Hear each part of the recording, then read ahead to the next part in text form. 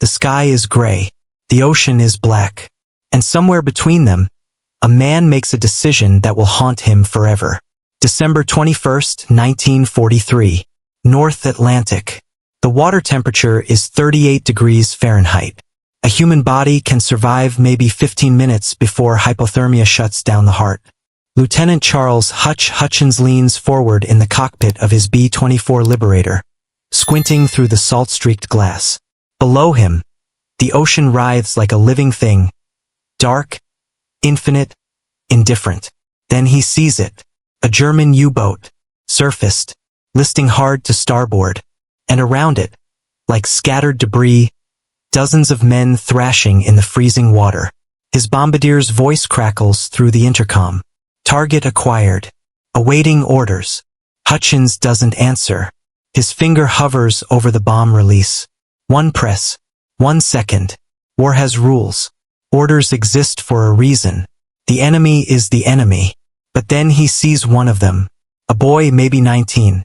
Arms reaching toward the sky. Not in surrender. In desperation. Hutchins closes his eyes. Opens them. The boy is still there. His co-pilot speaks quietly.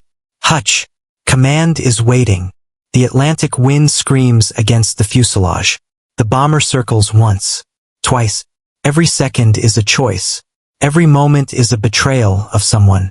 War doesn't pause for conscience. But conscience doesn't care about war. And in that frozen moment, suspended between duty and humanity, Lieutenant Charles Hutchins makes a decision that will define the rest of his life. What happens next defies everything you think you know about World War II. The year is 1943, and the Atlantic Ocean has become the deadliest battlefield on Earth. They call it the Battle of the Atlantic, the longest continuous military campaign of the entire war. German U-boats hunt in wolf packs beneath the waves, stalking Allied convoys carrying food, fuel, and hope to a starving Britain. Thousands of merchant seamen have already drowned in the freezing black water, their ships torn apart by torpedoes they never saw coming. Above the surface, Allied bombers patrol endlessly, hunting the hunters. Their mission is simple, brutal, and absolute. Find the U-boats. Sink them. Show no mercy. The enemy does not deserve it. The enemy would not give it. Lieutenant Charles Hutchins is 26 years old. A farm kid from Iowa with steady hands and a quiet faith. He flies a B-24 Liberator, a heavy bomber converted for submarine patrol. 10 hours in the air. Eyes burning from scanning empty ocean. The cold seeping through every seam of the aircraft. He's flown 47 missions. He's watched ships explode on the horizon. He's seen lifeboats full of frozen corpses. He knows what the Germans do. He knows what war demands. But on this day, December 21st, 1943, he will be asked to do something that no training ever prepared him for. He will be forced to choose between the man he was raised to be and the soldier he was ordered to become. And that choice will echo across decades. If you love real stories, filled with emotion, courage, and secrets from the past, so the morning briefing had been routine. Cold coffee, stale cigarettes, a map of the North Atlantic covered in red pins, each one marking where a convoy had been attacked, where men had died screaming in the dark. The intelligence officer's voice was flat, emotionless. U-boat activity has increased in grid sector Baker 7. 3 merchant ships torpedoed in the last 72 hours. Over 200 men lost. We need eyes in the sky. We need kills. Hutchins sat in the back row, his flight jacket still damp from yesterday's patrol.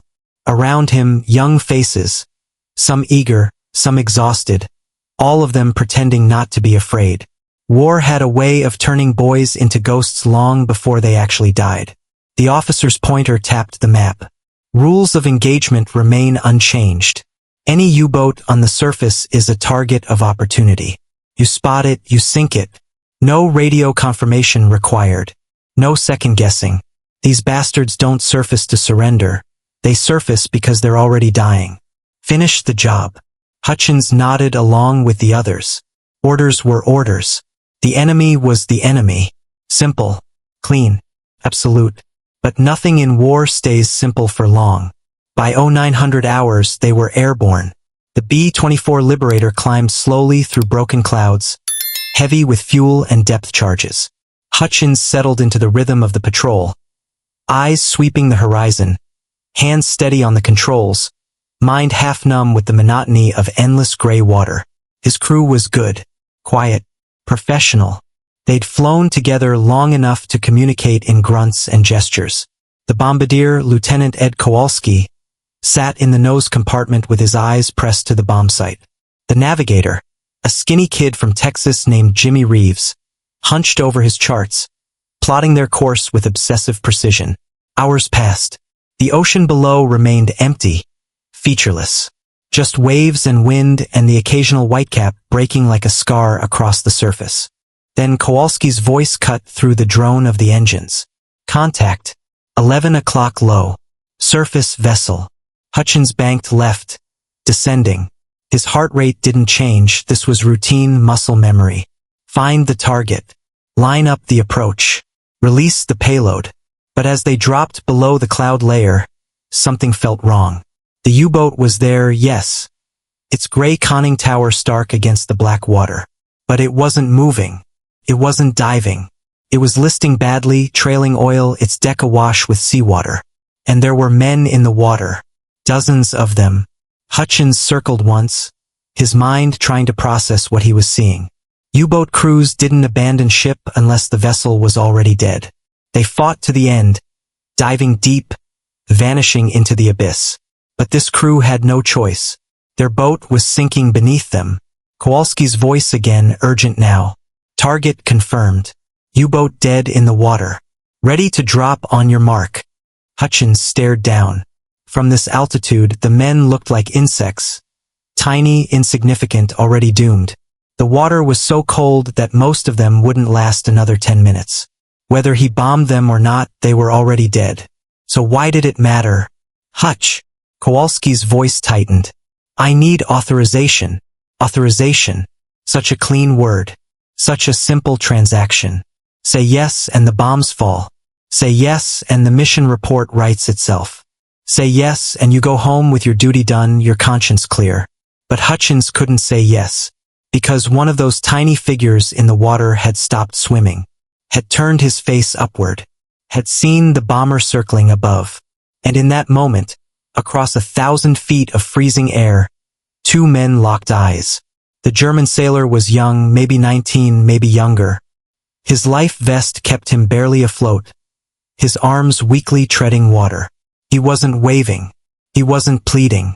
He was just looking up, waiting. Hutchins felt something crack inside his chest. Not fear, not anger, something older. Something that had been there long before the war taught him how to kill. He thought of Iowa, of Sunday mornings in a white church, singing hymns his grandmother had taught him, of his father's voice reading from the book of Matthew. I was hungry and you gave me food. I was thirsty and you gave me drink. I was a stranger and you welcomed me. He thought of every sermon about loving your enemy, every prayer about mercy, every quiet lesson about being a good man. And then he thought of his orders. Kowalski's voice, sharp now. Hutchins, I need an answer. The boy in the water was still looking up, still waiting. Hutchins took a breath and made a choice that would change everything. Negative. Hutchins said quietly. Hold fire. Silence on the intercom. Then, say again. I said hold fire. We're not dropping. Kowalski's voice rose. Hutch, we have a confirmed kill. Orders are clear. I don't care. Hutchins kept his eyes on the water. We're not bombing survivors. They're not survivors. They're enemy combatants. They're drowning men.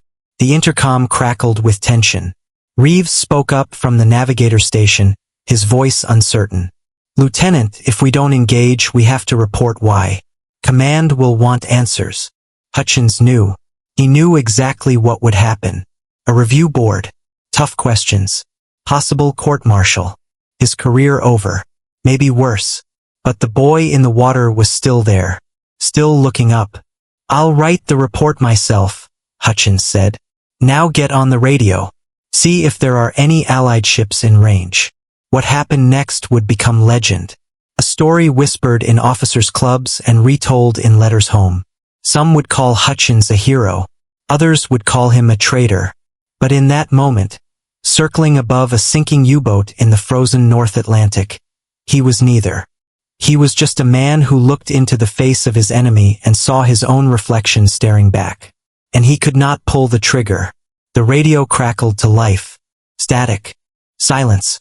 Then a bored voice from Allied Naval Command, hundreds of miles away, safe and warm and utterly disconnected from the reality Hutchins was living. Baker to Niner, this is Atlantic Command. Report your status. Hutchins pressed the transmit button.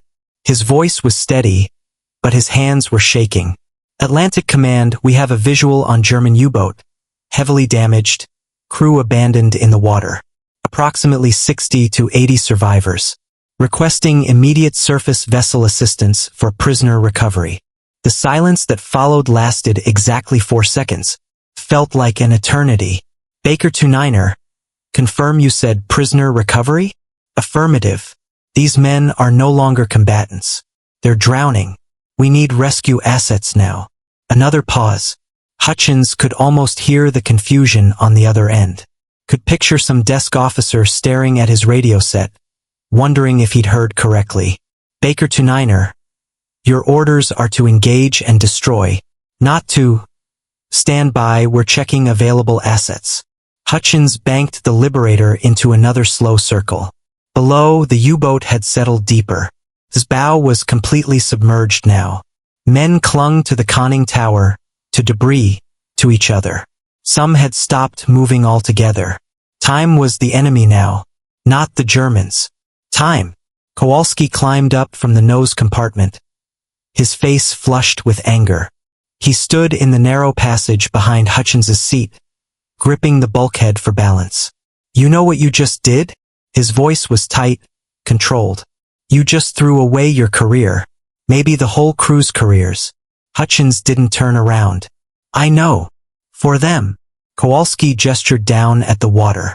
Those are the same bastards who torpedoed the SS Ohio last month. 63 merchant seamen. Kids from Brooklyn and Boston and Birmingham. Blown apart or drowned or frozen. You remember that? I remember. Then what the hell are we doing? Hutchins finally looked back. His eyes were tired, ancient. What we should have been doing all along. Being human. Kowalski stared at him, then shook his head slowly. You're going to get us all court-martialed. Maybe. Hutchins turned back to the controls. But at least we'll be able to sleep at night. The radio came alive again. Baker to Niner, Atlantic Command. We have a Canadian corvette, HMCS Wetaskiwin, approximately 14 nautical miles from your position. They can be on scene in 45 minutes. Hutchins looked down at the men in the water. 45 minutes. In 38-degree water, hypothermia was already setting in. Half of them wouldn't make it. Command, we need them faster. These men have maybe 20 minutes left. Understood, Baker to Niner, but that's the best we can do. Maintain position and keep visual contact. Keep visual contact. As if Hutchins could do anything else. As if he could just fly away now and leave them to die after making them hope. He pressed the transmit button one more time. Command, request permission to drop emergency supplies.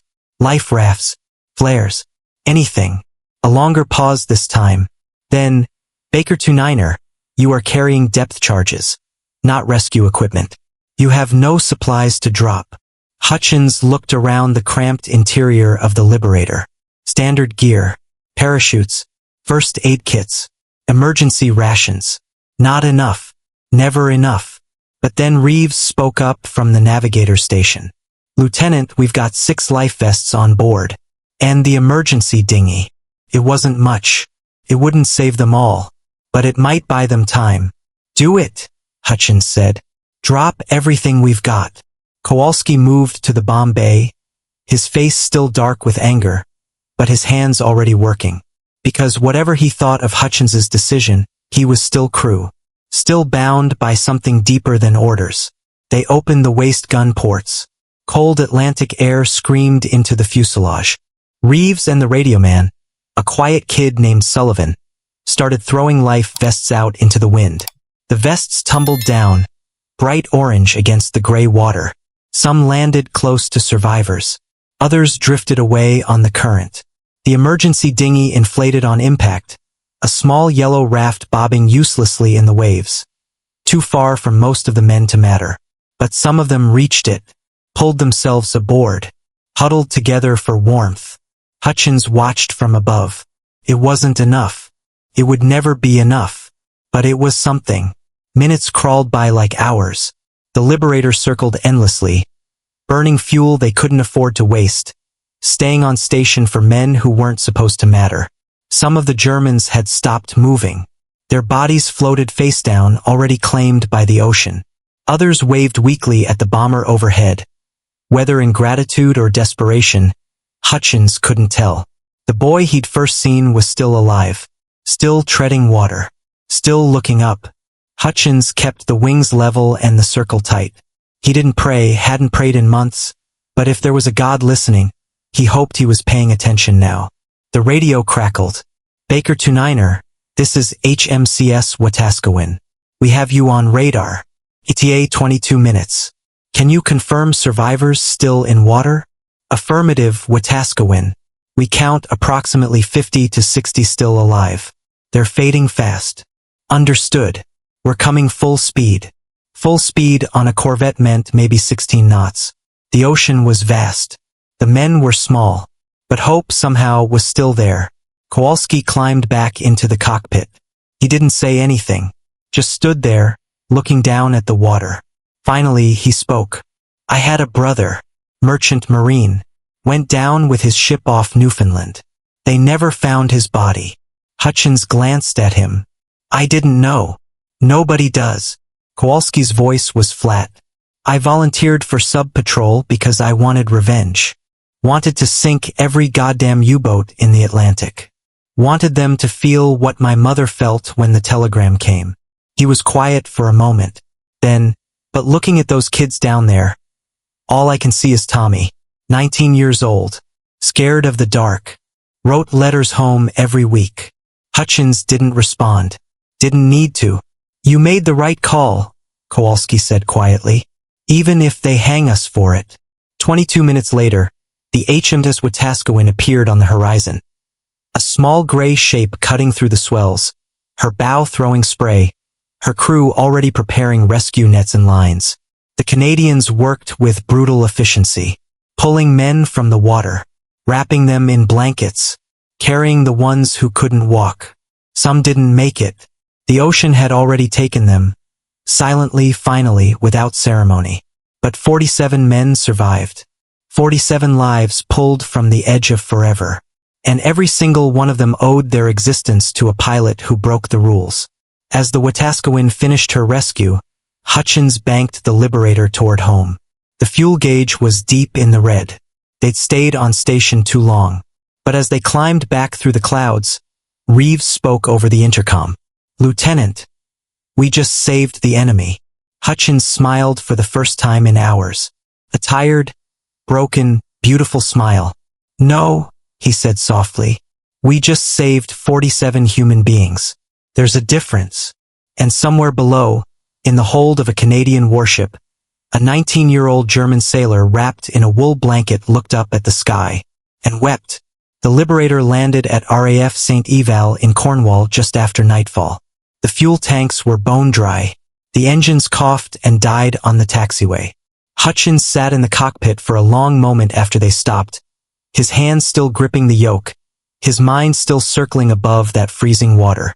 The ground crew approached cautiously. They'd heard the radio traffic. Everyone had heard. Word spread fast on an airbase. Faster than orders, faster than truth. By the time Hutchins climbed down from the aircraft, the whispers had already begun. His boots hit the tarmac. The cold English air bit through his flight suit. Around him, other crews were returning from patrol. Tired men climbing out of tired machines, heading for hot coffee and cold bunks and a few hours of forgetting. But no one looked at Hutchins. No one spoke to him. They just walked past, eyes averted, as if he carried some invisible contagion. Reeves fell into step beside him. You feel that? Feel what? The silence. Reeves glanced around. We're already ghosts. Hutchins kept walking. Get used to it. The debriefing room was small, windowless, and smelled of cigarette smoke and anxiety. A single light bulb hung from the ceiling, casting hard shadows across the metal table. Hutchins sat alone, waiting, while somewhere down the hall, officers debated his fate. He'd written his report in the ready room. 3 pages, single-spaced, no excuses. He detailed everything. The sighting, the condition of the U-boat, the men in the water, his decision to hold fire, the request for rescue assets. He didn't justify, didn't apologize, just stated facts. Because facts were all he had left. The door opened. 2 officers entered. Commander William Ashford, the squadron commander, and Lieutenant Colonel Martin Greer from Naval Intelligence. Ashford's face was unreadable. Greer's was carved from stone. They sat across from Hutchins. Neither offered a handshake. Ashford spoke first. Lieutenant Hutchins, do you understand why you're here? Yes, sir. Do you understand the severity of your actions? Yes, sir. Greer leaned forward. Then explain to me, in your own words, why you disobeyed a direct order to engage enemy combatants. Hutchins met his gaze. With respect, sir, they weren't combatants. They were survivors of a sinking vessel. Under maritime law. Maritime law? Greer's voice was ice. We're at war, Lieutenant. Maritime law went out the window when the Germans started torpedoing hospital ships. You know how many Allied sailors have drowned because of U-boats like that one? I do, sir. Then why the hell didn't you sink it? Hutchins took a breath. Chose his words carefully. Because sinking a vessel that's already going down accomplishes nothing tactically. And killing men who are already dying doesn't make us warriors. It makes us executioners. The room went silent. Greer's jaw tightened. Ashford looked down at the report in front of him, his expression troubled. You realize, Greer said slowly, that some of those men you saved will be back at sea in 6 months, back in another U-boat, torpedoing another convoy, killing more of our boys. Maybe, Hutchins said, or maybe they'll remember that an American pilot saw them dying and chose mercy. Maybe that memory will mean something. Mercy. Greer stood up, his chair scraping against the concrete floor. You want to talk about mercy? I'll tell you about mercy. Last week, a U-boat torpedoed the SS Dorchester. For chaplains on board, Protestant, Catholic, Jewish, all of them. When the lifeboats ran out, those chaplains gave up their life vests. Stayed on the sinking ship, praying with the dying. 600 men drowned. Lieutenant, where was the German mercy then? Hutchins didn't answer. Because there was no answer. Just the awful mathematics of war, where every act of compassion could be weighed against a dozen acts of horror. Greer leaned across the table. You broke the chain of command. You endangered your crew. You wasted fuel and resources on the enemy. Give me one good reason why I shouldn't recommend a court-martial right now. Hutchins looked him in the eye. Because if we lose our humanity in this war, sir, then we've already lost everything worth fighting for. Ashford finally spoke. His voice was quiet, weary. Lieutenant, I understand your moral reasoning. I do. But this isn't a philosophy classroom. This is a war zone. And in war, hesitation kills. I didn't hesitate, sir. I made a choice. A choice that could cost Allied lives. Or save them. Hutchins leaned forward. Sir, we radioed for rescue. We coordinated with the Wetaskiwin. We executed a humanitarian operation under combat conditions. If we'd bombed those survivors, what message does that send? That we're no better than the enemy? That the rules only apply when it's convenient? Ashford rubbed his face. He looked older than his 42 years. Older than the war had any right to make him. The problem, Lieutenant, is that I agree with you. Personally. Morally. He paused. But I'm not the one who makes the final decision. Greer gathered his papers. Lieutenant Hutchins, you are hereby relieved of combat flight duties pending a formal investigation. You will remain on base, confined to quarters, and you will not discuss this incident with anyone. Is that clear? Yes, sir. Dismissed. Hutchins walked back to his barracks in the dark. The cold ate through his jacket. Somewhere across the base, a radio was playing Glenn Miller. The music sounded like it was coming from another world. His bunk room was empty. His crew had already been questioned and sent away.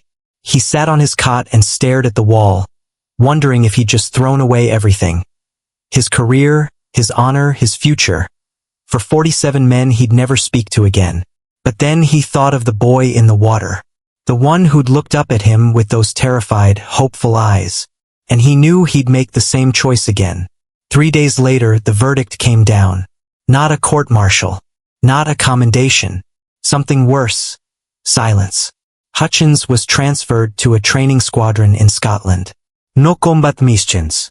No glory. No redemption. Just teaching green pilots how to drop depth charges on practice targets in calm water. His crew was scattered. Kowalski went to another bomber group. Reeves got transferred stateside. Sullivan requested a transfer to fighters and never spoke to Hutchins again. The official report listed the incident as tactical discretion exercised in non-engagement scenario. The U-boat sinking was attributed to internal damage. The German survivors were interrogated, then sent to POW camps in Canada. No one mentioned mercy. No one mentioned humanity. The story was buried, classified, forgotten. But in the POW camp outside Montreal, a 19-year-old German sailor named Klaus Hartmann sat in the mess hall, eating watery soup and stale bread. He was alive, against all odds, against all logic.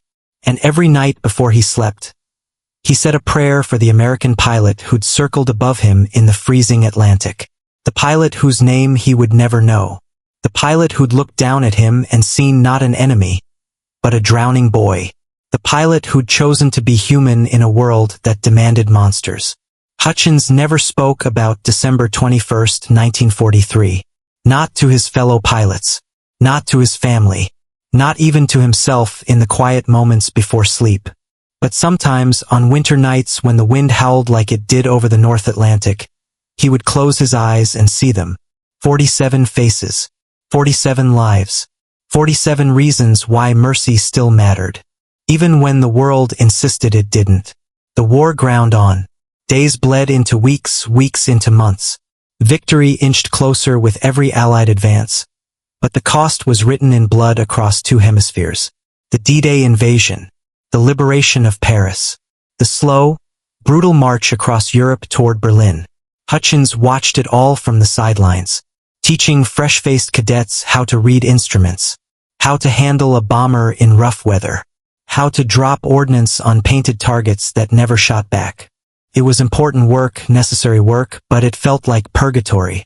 Every morning he woke up in Scotland, looked out at the gray sky, and wondered if he'd made the right choice. Every night he lay awake, listening to the distant rumble of bombers heading out on missions he would never fly again. The war was being won without him. His letters home were brief, carefully edited.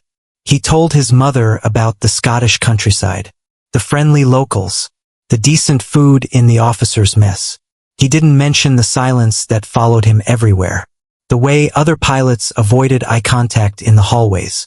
He didn't mention that he'd become a cautionary tale, the pilot who let his conscience override his orders, the man who proved that mercy and military service couldn't coexist.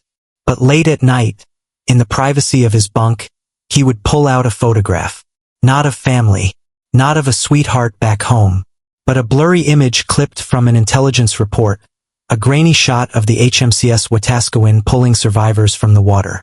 He couldn't see their faces, couldn't identify individuals, but he knew they were there. 47 reasons why he'd become a ghost. And somehow that was enough. In May of 1945, the war in Europe ended. Church bells rang across Britain. Soldiers embraced in the streets. The nightmare that had consumed the world for 6 years finally, mercifully, came to a close.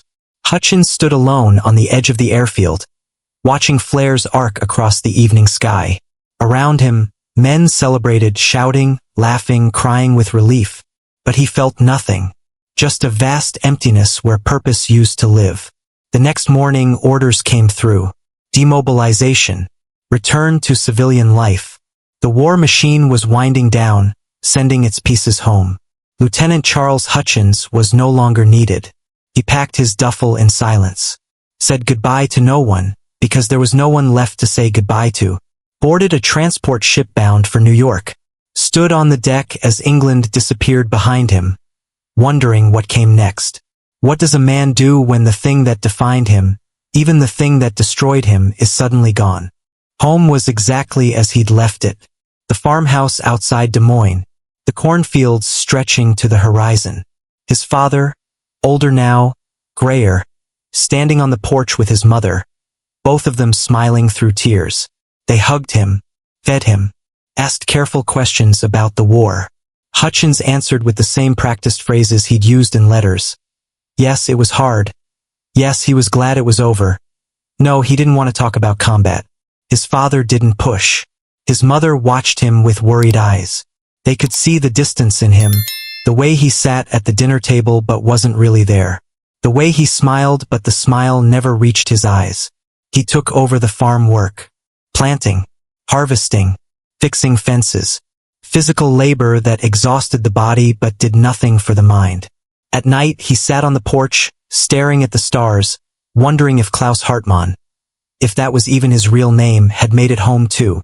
Wondering if 47 men were sitting on their own porches, in their own countries, thinking about the day an American bomber circled overhead and chose not to kill them. Wondering if any of it had mattered. The nightmares started 6 months after he came home. Not of combat, not of death, but of circling. Endless circling above cold water, his finger frozen on the bomb release. The boy looking up at him with eyes that asked the only question that mattered. Who are you?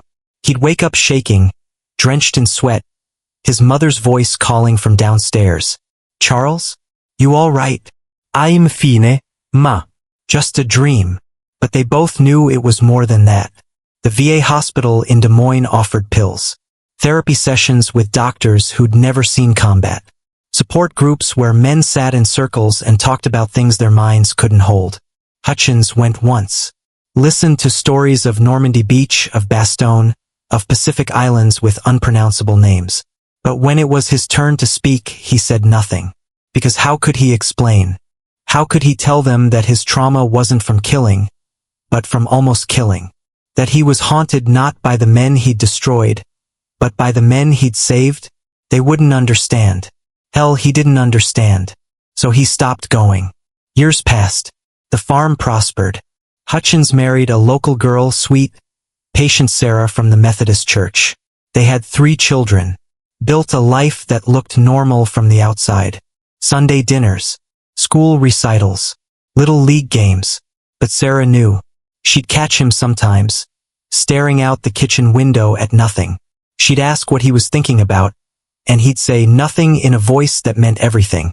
She'd find him in the barn late at night, sitting in the dark, not moving. She'd touch his shoulder gently, and he'd flinch like she'd struck him. Talk to me, she'd whisper. Please.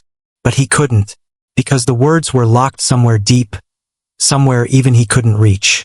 The war had ended, but the battle inside him raged on. In 1963, 18 years after the war ended, Hutchins received a letter. No return address. Foreign postage.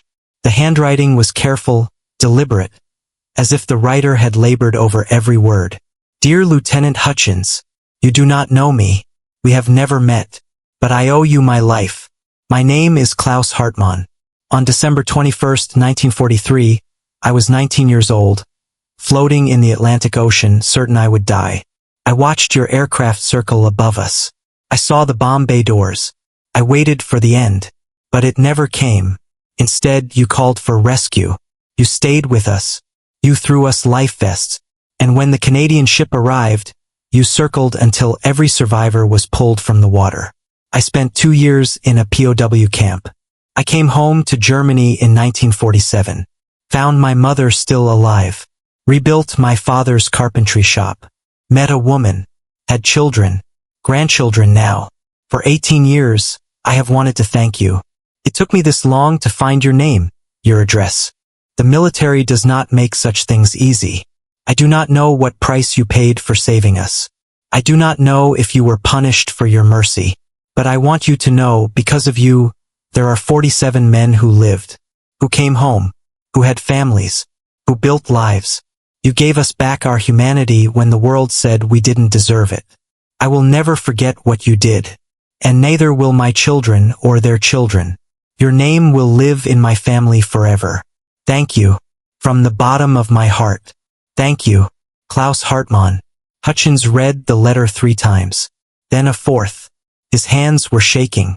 Tears he hadn't cried in 18 years burned in his eyes. Sarah found him at the kitchen table, the letter spread in front of him, his face buried in his hands. Charles. She sat beside him. What is it? He couldn't speak, could only hand her the letter. She read it slowly, and when she finished she took his hand. You never told me. I couldn't. Why? He looked at her, really looked at her, for the first time in years. Because I didn't know if I'd done the right thing. I threw away my career. My crew got scattered. And for what? For the enemy. Sarah squeezed his hand. Not the enemy. People. People who might have gone back to sea.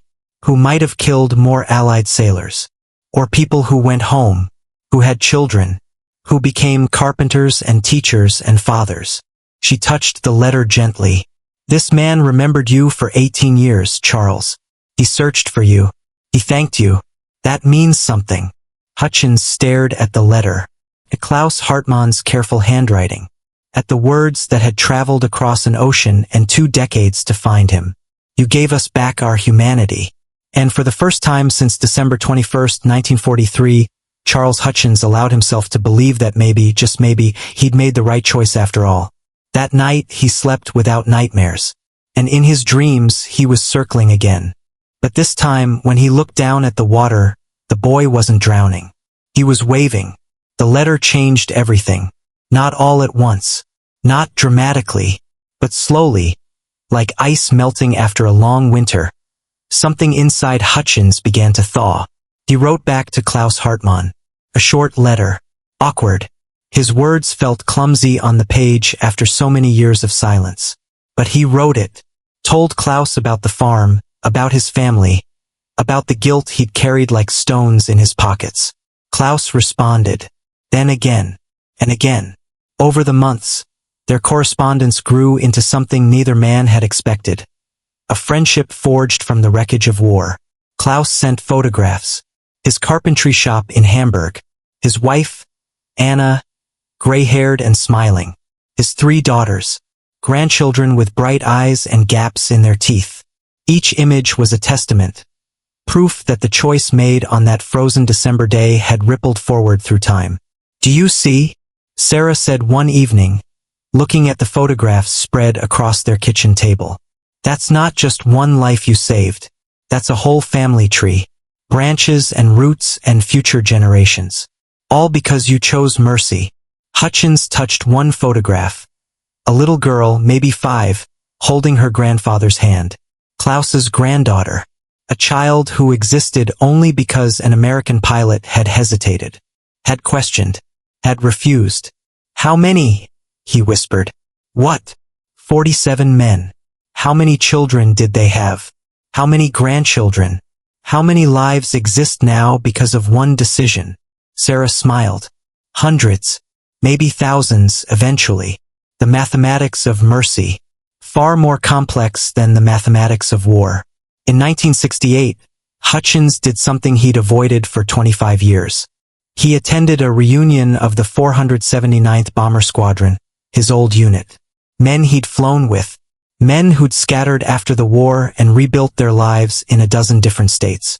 He almost didn't go. Almost threw the invitation away. But Sarah convinced him. You've been a ghost long enough, Charles. Go see your brothers.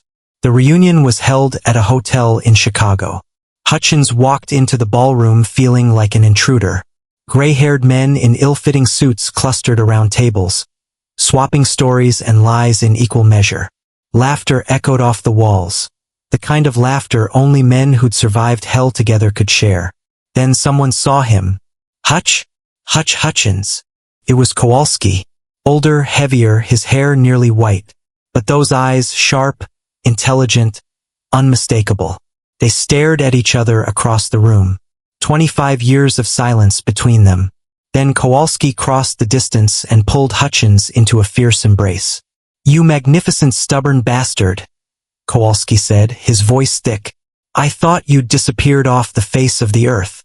"Tried to," Hutchins managed. "Didn't take." They sat together at a corner table, away from the crowd. Ordered whiskey. Let the silence settle between them like an old familiar coat. Finally, Kowalski spoke. "You know they talk about you, right? The December incident." Hutchins tensed. "What do they say? That you were crazy.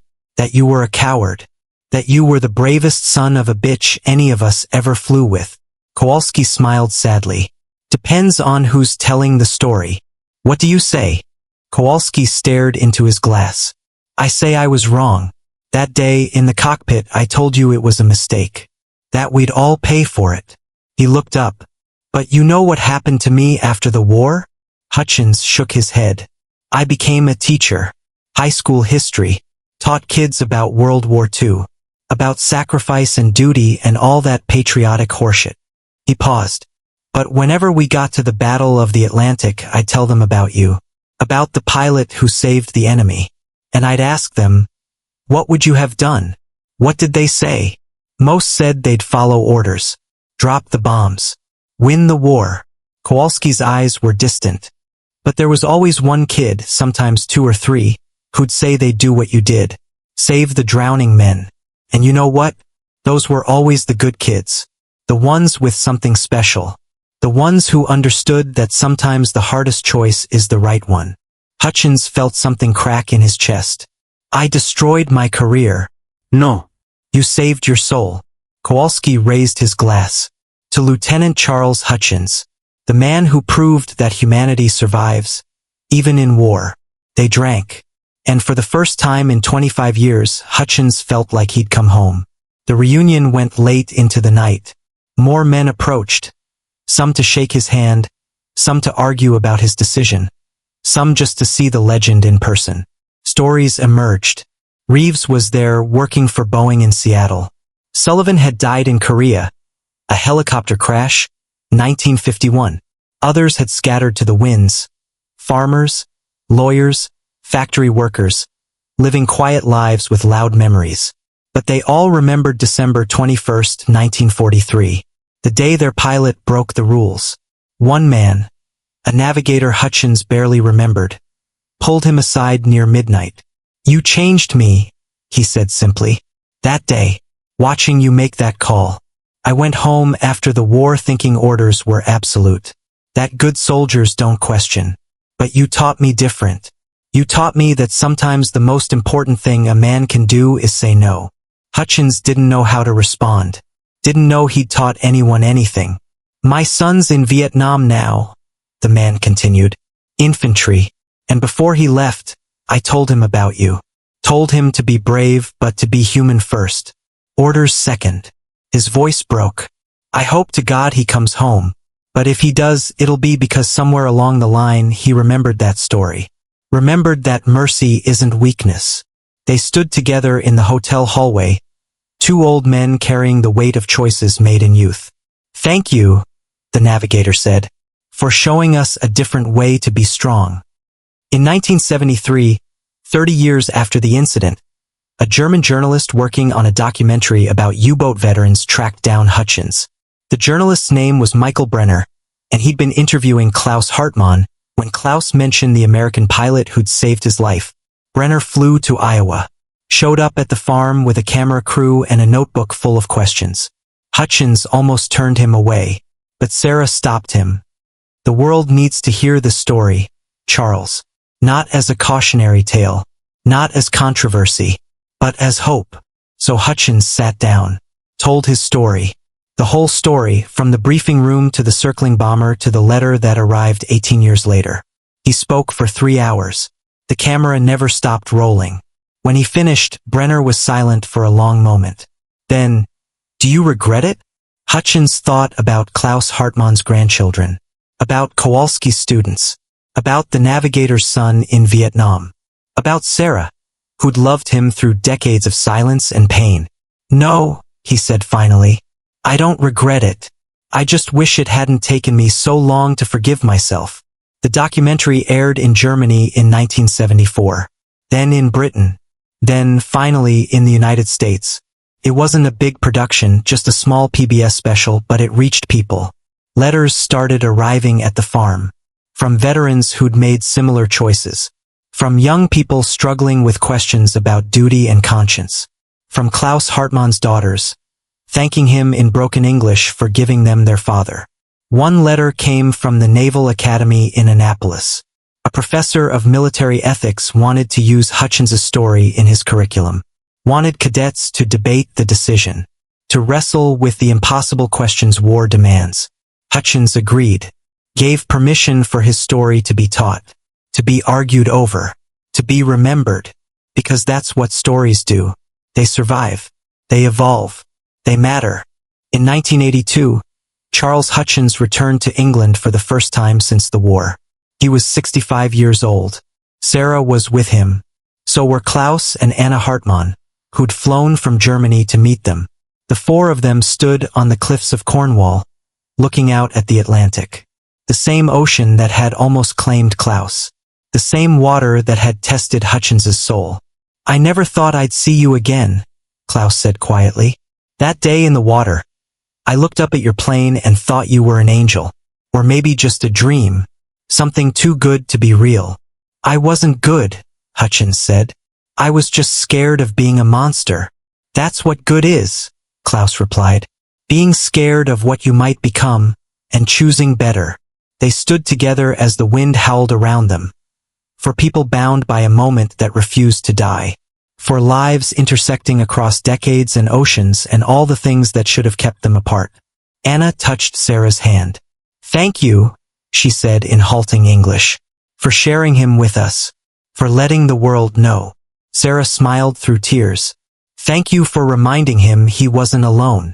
That evening, they had dinner at a small restaurant overlooking the sea.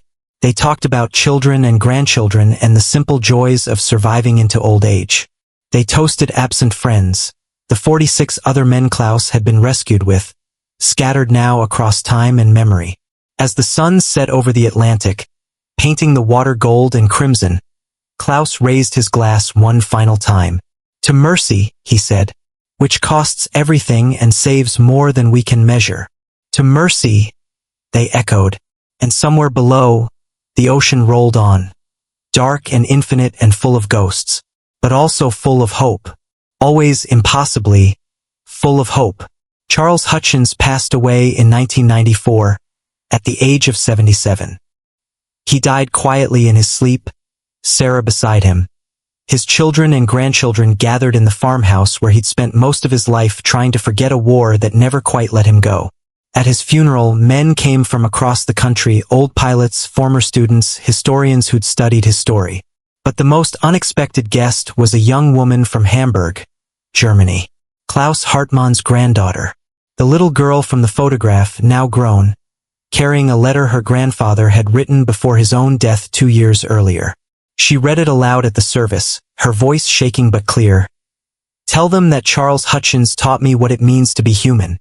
Tell them that, because of him, I live to see my children born. Tell them that mercy is not weakness, it is the highest form of courage. And tell them that his choice echoed across generations, creating lives that would never have existed otherwise." There wasn't a dry eye in the church. The story of December 21, 1943, is still taught at military academies today. Still debated in ethics classrooms. Still remembered by families who owe their existence to a pilot who looked at his enemy and saw himself. Charles Hutchins never received a medal for what he did that day. Never got the recognition warriors are supposed to receive. But he got something far more valuable. He got to know that his choice mattered. That 47 men went home. That hundreds of children were born because mercy, just once, defeated war. In the end, that's the only victory that lasts. Not territory conquered or enemies destroyed, but the quiet, radical act of choosing humanity when the world demands hatred. Lieutenant Charles Hutchins broke the rules. And in breaking them, he proved that sometimes the most important duty a soldier has is knowing when to lay down his weapons and reach out his hand instead. If the story moved you, leave your like right now.